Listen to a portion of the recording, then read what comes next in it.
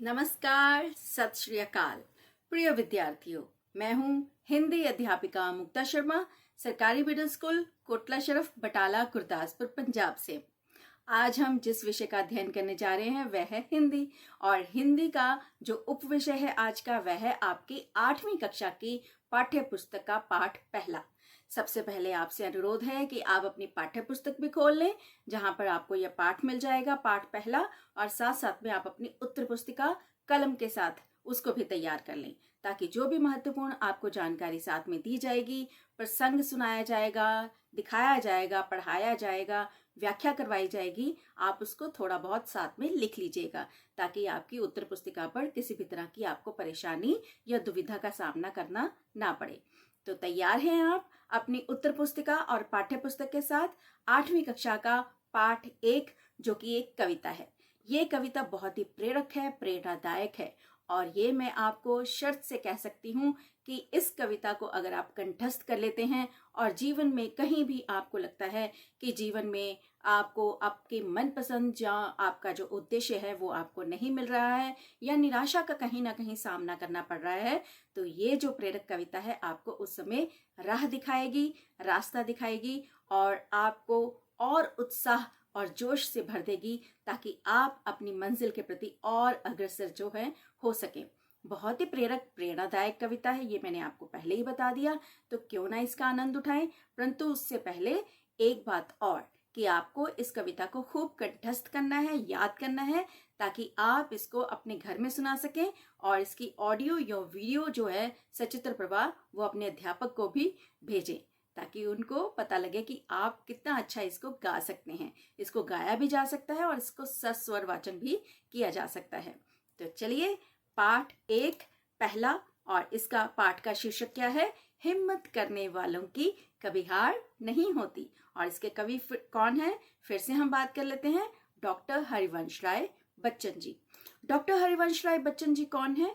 इनके बारे में आपको इतना ही बता देती हूँ कि ये अमिताभ बच्चन जी के पिताजी हैं और इनका साहित्य में, हिंदी साहित्य में बहुत नाम है। ये चाहे अपनी देह को छोड़ चुके हैं या इनकी मृत्यु हो चुकी है, परंतु ये अमर है। क्यों?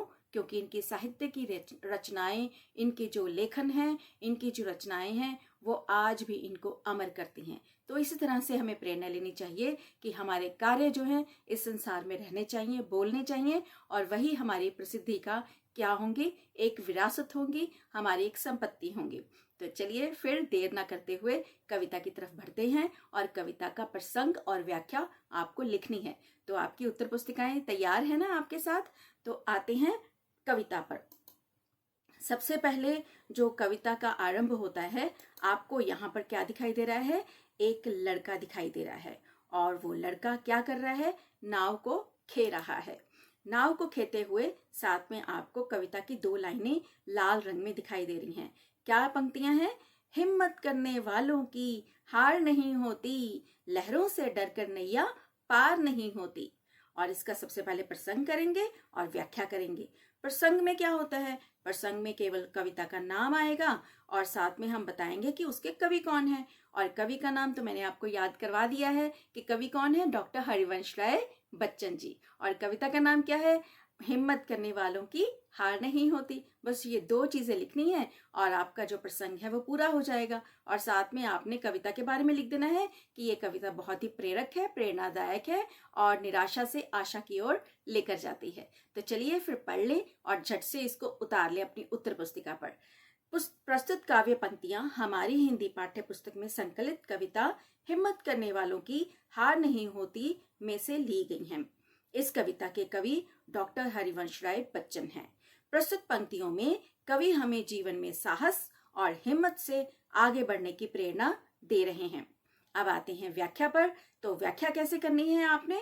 जैसे आपको लाल पंक्तियां या काव्य पंक्तियां दिखाई दे रही हैं, हिम्मत करने वालों की हार नहीं होती, लहरों से डरकर नैया पार नहीं होती, बस इन्हीं 2 पंक्तियों को आपने अपने हिंदी भाषा में आसानी से उसको लिख देना है, जो भी आपको इसका भाव समझ आ रहा है, अर्थ समझ आ रहा है।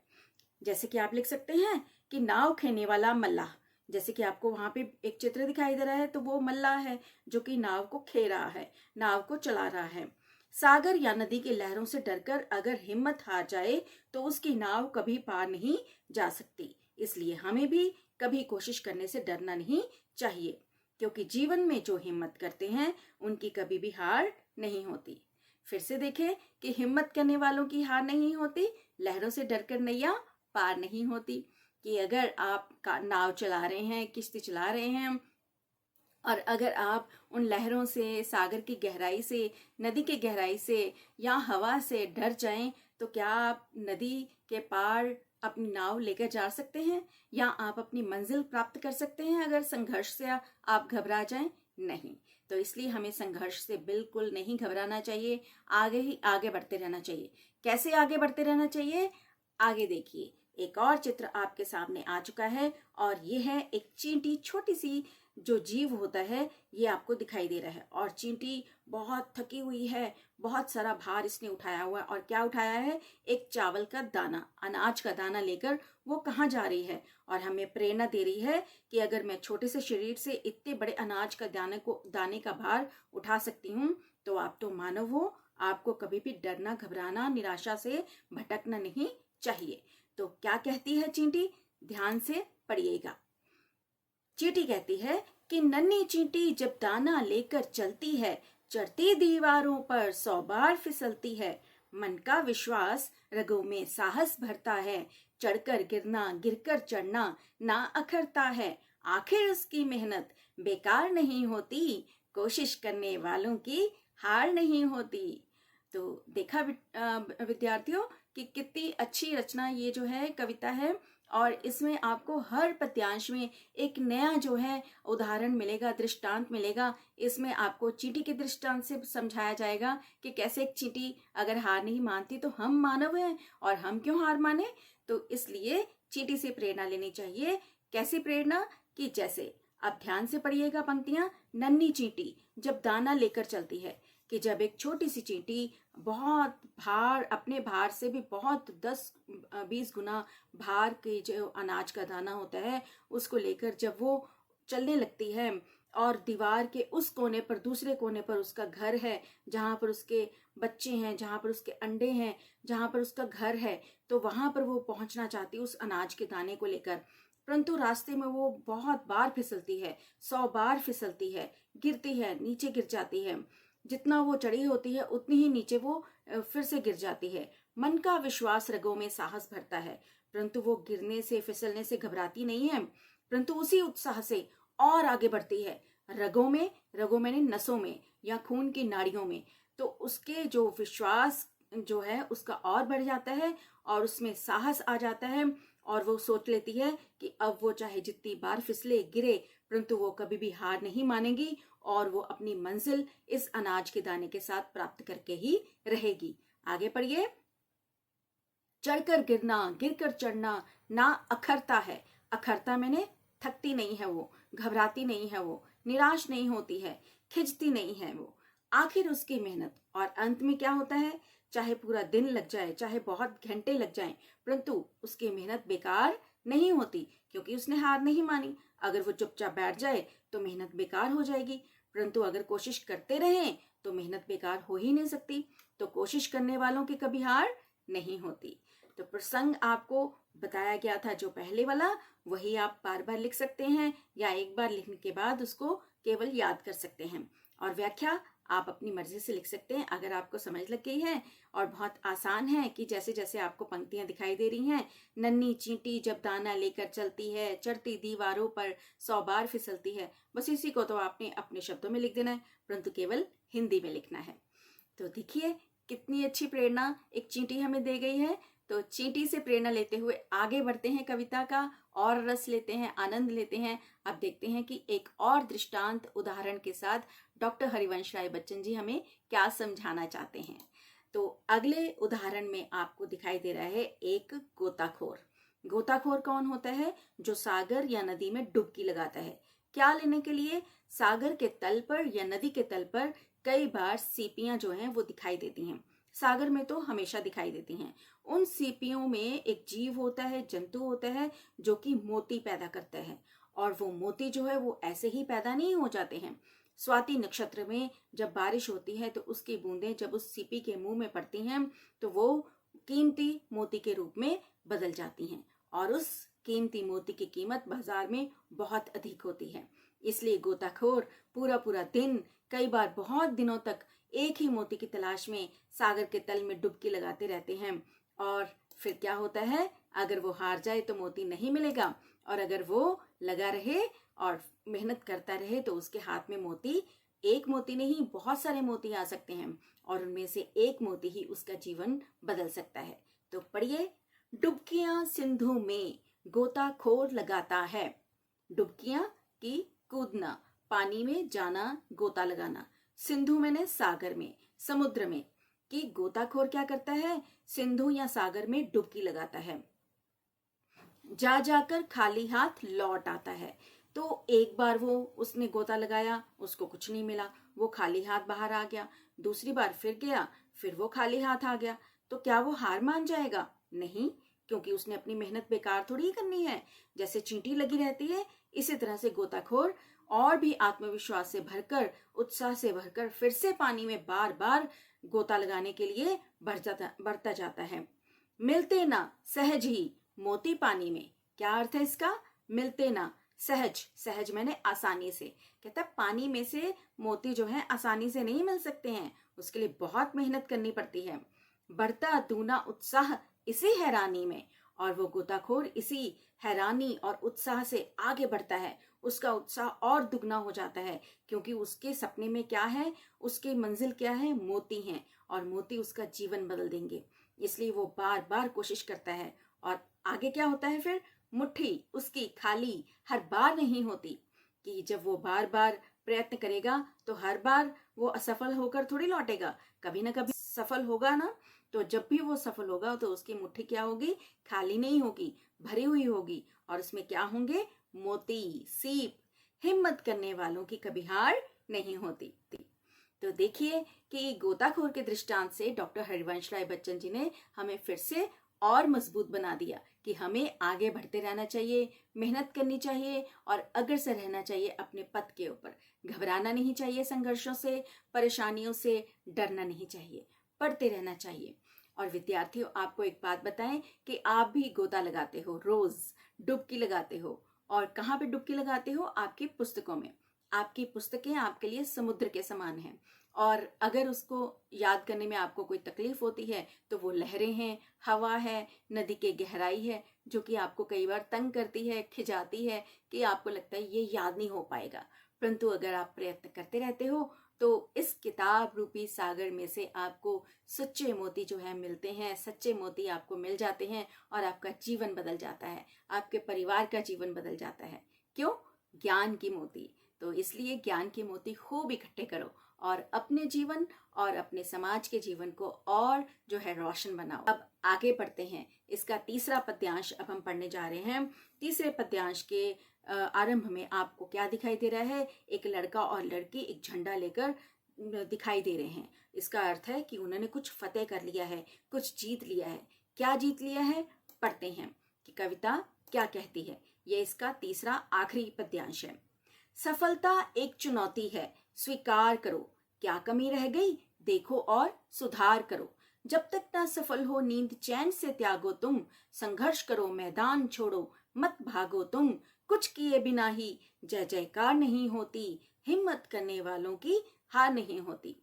तो कवि यहाँ पर कहते हैं कि सफलता को हमेशा ललकार, चुनौती के रूप में स्वीकार करना चाहिए। स्वीकार मैंने कि उसको अपना लो और यही कहो कि अगर हम असफल हो चुके हैं तो कोई बात नहीं, हम इसको एक ललकार के रूप में लेंगे, आगे बढ़ेंगे।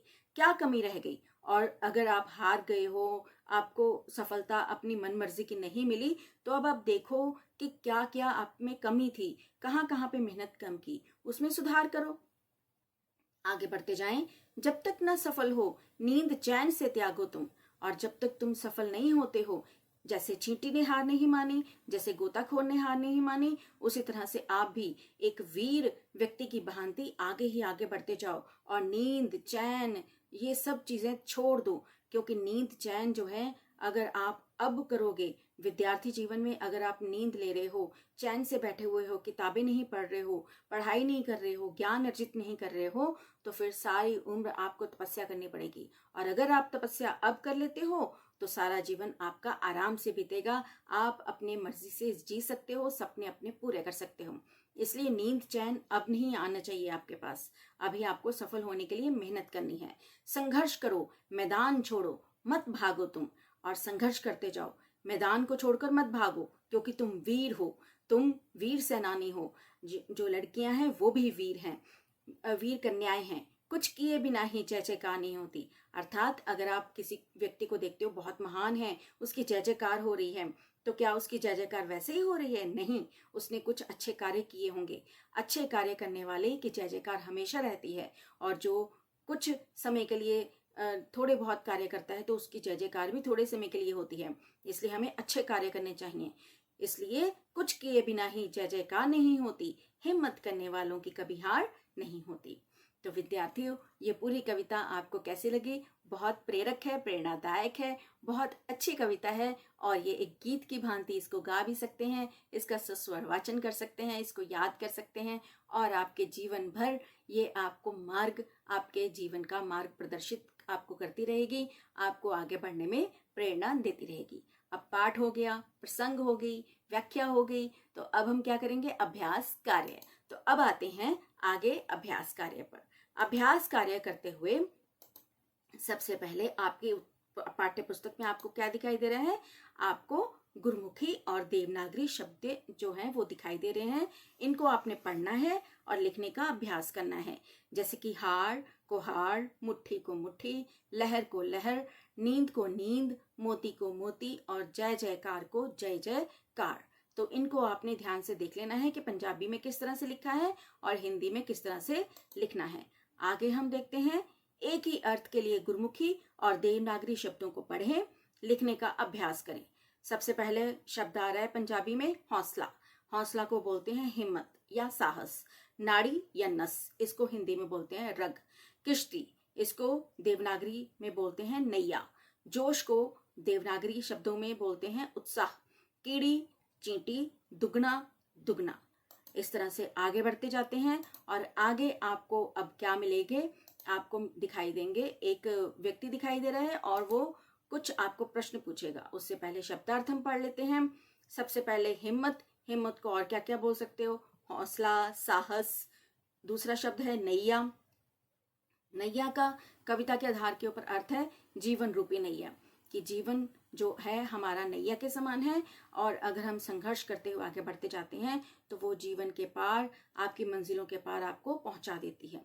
रग मैंने नाड़ी या नस, सिंधु मैंने सागर या समुद्र, गोताखोर किसको बोलते हैं? पानी में डुबकी लगाने वाला। सहज ही मैंने आसानी से, चुनौती मैंने ललकार, और चैन मैंने आराम। इसी तरह से अब आते हैं आगे। इन प्रश्नों के उत्तर तो आप झट से कर सकते हो। क्या प्रश्न है? बहुत आसान है, ध्यान से सुनिएगा। आप साथ साथ में उत्तर बोल भी सकते हैं। कवि के अनुसार किन लोगों की हार नहीं होती? कवि के अनुसार हिम्मत करने वालों की कभी हार नहीं होती। दूसरा प्रश्न है, नन्ही चींटी की क्या विशेषता है? विद्यार्थियों, आपको फिर से मैं अनुरोध करती हूँ कि आप ये जो उत्तर हैं ये जल्दी से अपनी उत्तर पुस्तिका पर उतार लें। बाकी के शब्द अर्थ जो हैं वो आपको दिखाई दे रहे हैं, पुस्तक पे भी हैं, उनको वहां से आप याद कर सकते हैं। उत्तर जो है वो अभी आप लिख लीजिए। कवि के आगे है, नन्ही चींटी की क्या विशेषता है? नन्ही चींटी मेहनत करने से ना तो कभी थकती है, ना ही घबराती है। वह अपनी मंजिल पाने के लिए तब तक प्रयास करती है जब तक कि उसे पा ना ले। प्रयास का अर्थ क्या होता है? प्रयत्न करना, कोशिश करना। ठीक है, आप जरूरी नहीं है कि इनको आपने रट्टा लगाना है इन्हीं उत्तरों को। अगर आपको कविता समझ लग गई है, आप ये उत्तर खुद भी बना सकते हो। केवल आप देख लेना कि 2 पंक्तियों में इस उत्तर को आपने लिखना है, 1 पंक्ति से कम इस उत्तर को नहीं लिखना है, तभी आपको 1 नंबर इसका या 1 अंक इसका मिल सकता है। आगे के जो हैं अब वो आएंगे, जो 2 प्रश्न रहते हैं वो हम करेंगे। अगला प्रश्न है, गोताखोर सिंधु में डुबकियां क्यों लगाता है? गोताखोर सिंधु या सागर में कीमती मोती पाने के लिए डुबकियां लगाता है। हिम्मत करने वालों को असफलता को किस रूप में स्वीकार करना चाहिए? हिम्मत करने वालों को असफलता को चुनौती के रूप में स्वीकार करना चाहिए। चुनौती का अर्थ क्या होता है? ललकार के रूप में स्वीकार करना चाहिए। उसके बाद है थोड़े से बड़े प्रश्न, और ये बड़े प्रश्न कितनी पंक्तियों में लिखने होते हैं आपको पता है? 4 या 5 वाक्यों में। प्रश्न है, चढ़कर गिरना गिरकर चढ़ना ना अखरता है, यह पंक्ति कवि ने किसके लिए कही और क्यों? प्रस्तुत आप इसका उत्तर किस तरह से लिख सकते हैं? आप कवि का नाम लीजिए पहले, और उसके बाद आप चींटी के बारे में बता देंगे कि प्रस्तुत पंक्ति कवि डॉक्टर हरिवंश राय बच्चन जी ने एक छोटी सी चींटी के लिए कही है, जो अनाज का दाना लेकर दीवार पर चढ़ते हुए बार बार गिरती है, फिसलती है, पर वह अपना हौसला नहीं टूटने देती, और यह क्रम तब तक जारी रखती है। कब तक जारी रखती है? जब तक कि वह अपनी मंजिल पर ना पहुंच जाए। तो मुझे उम्मीद है कि आप साथ साथ में उत्तर लिखते जा रहे हैं और आपको किसी भी तरह की दुविधा का सामना करना नहीं पड़ेगा। आगे बढ़ते हैं। आगे जो है इसके और अभ्यास कार्य के बारे में हम पढ़ेंगे। दूसरा प्रश्न है, गोताखोर को सागर से मोती निकालने के लिए क्या क्या करना पड़ता है? तो जो भी वो प्रक्रिया होती है उसको हम 2-3 पंक्तियों में लिख देते हैं, 4-5 पंक्तियों में। सागर के तल से कीमती मोती प्राप्त करने के लिए गोताखोर को सांस रोककर बार बार गहरे पानी में गोता लगाना पड़ता है।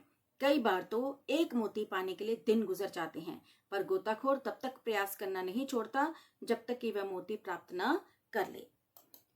आगे है एक प्रश्न है, असफलता एक चुनौती मत भागो तुम। ये जो है इसका सप्रसंग व्याख्या करनी है, और इसकी सप्रसंग व्याख्या हमने अंतिम जो पद्यांश था उसकी कर ली है, वही आप यहाँ पर लिख सकते हो। अब आगे बढ़ते जाते हैं, और आगे बढ़ते हुए अब आपको क्या दिखाई दे रहा है? पर्यायवाची शब्द या समानार्थी शब्द भी इसको बोलते हैं। लहर को और क्या क्या बोल सकते हैं? लहर को बोलते हैं तरंग, हिलोर, उर्मी। लिख लीजिए विद्यार्थियों, इसको जल्दी से अपनी उत्तर पुस्तिका पर या अपनी पाठ्य पुस्तक पर लिख लें।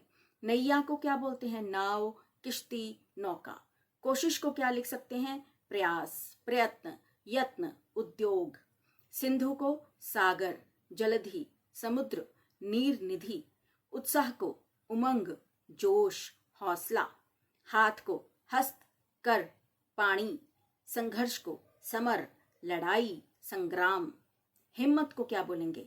साहस, हौसला, उत्साह। तो ये सारे थे पर्यायवाची या समानार्थी शब्द। अब आ चुके हैं विपरीत अर्थ। विपरीत मैंने विलोम, उल्टे शब्द जो हैं आपने लिखने, अर्थ वाले शब्द लिखने हैं। सबसे पहला शब्द है नन्ही। नन्ही का आएगा विशाल। फिर है मेहनत। मेहनत का आएगा आलस्य। उल्टे शब्द लिखने हैं आपने विश्वास का अविश्वास, सफल का असफल, हार का जीत, साहस का दुस्साहस। अगले जो प्रश्न है वो है संज्ञा शब्द चुनकर सही का निशान लगाओ। यहाँ पर आपको बहुत सारे शब्द दिखाई दे रहे हैं लाल रंग के। आपने यहाँ पर केवल संज्ञा शब्द, संज्ञा शब्द कौन सा होता है? संज्ञा उसको बोलते हैं जो कि किसी व्यक्ति, भाव, वस्तु या स्थान के नाम को बताए, उसका बोध कराए। अर्थात अगर आपको यहाँ पर किसी जानवर, किसी का भी नाम दिखाई दे रहा है, जीव जंतु का, वो भी आएगा संज्ञा में। अगर कोई भाव है उसको भी हम संज्ञा में गिनेंगे, और अगर कोई वस्तु है, स्थान है, उसको भी संज्ञा में गिनेंगे। तो यहाँ पर डरकर ये संज्ञा में नहीं आएगा, ये क्रिया है। चींटी संज्ञा है, चढ़ना संज्ञा नहीं है, यहाँ पर कुछ नहीं आएगा। सिंधु के आगे आप सही का निशान लगाएंगे, ये संज्ञा है। दाना संज्ञा, हाथ ये भी संज्ञा, साहस ये भी संज्ञा है, मोती संज्ञा, असफलता संज्ञा, पानी भी संज्ञा। जो संज्ञा नहीं है वो कौन से हैं? डरकर, इसको नहीं है आपने लगाना चिन्ह, ना चढ़ना पर, ना जब और देखो। ये चारों जो हैं इनको आप छोड़कर बाकी सारे जो हैं वो संज्ञा शब्द हैं।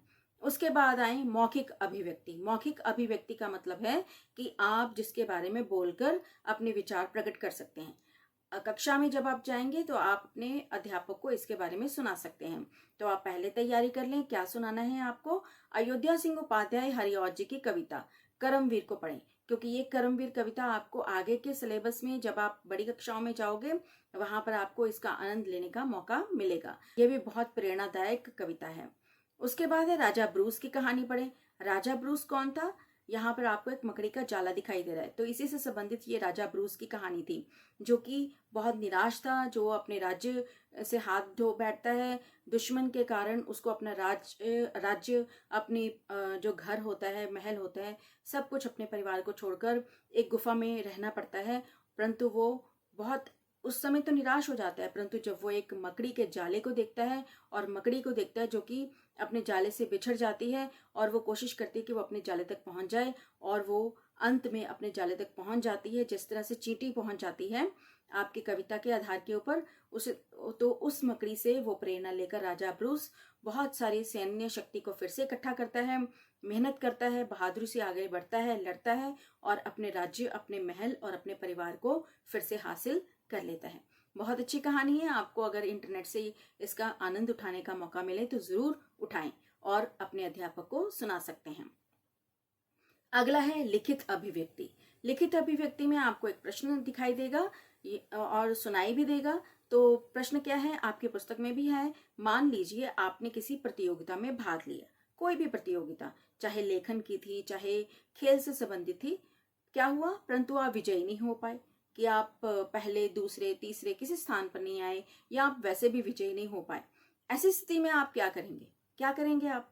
क्या आप थक हार जाएंगे, या आप चींटी से प्रेरणा लेते हुए आगे बढ़ेंगे, मकड़ी से प्रेरणा लेते हुए गोताखोर के उदाहरण को, दृष्टांत को याद रखेंगे, आगे ही आगे बढ़ते जाएंगे। तो ये लिखित अभिव्यक्ति है। उसके बाद आगे पढ़ें। आगे है बॉक्स में से सकारात्मक शब्द चुनें और पुस्तक में इस प्रश्न में दी गई सीढ़ी में लिखें और देखें आप सफल होते हैं कि नहीं। तो बहुत सारे शब्द आपको आपकी पाठ्य पुस्तक में दिखाई दे रहे हैं। आप उन शब्दों को देखिए और एक सीढ़ी दिखाई दे रही है, तो उस सीढ़ी में उन शब्दों को लिखें। ये आपने खुद करना है कार्य। जो पाठ था वो हमारा खत्म हुआ। पाठ का नाम फिर से दोहरा लेते हैं। पाठ का नाम था हिम्मत करने वालों की कभी हार नहीं होती, और ये कविता थी, किसकी कविता थी? डॉक्टर हरिवंश राय बच्चन जी की। तो विद्यार्थी बहुत बहुत धन्यवाद, बहुत बहुत शुभकामनाएं। आप इसी तरह से अपनी सेहत का ध्यान रखते रहिए, स्वस्थ रहिए, तंदुरुस्त रहिए और खूब पढ़िए। धन्यवाद।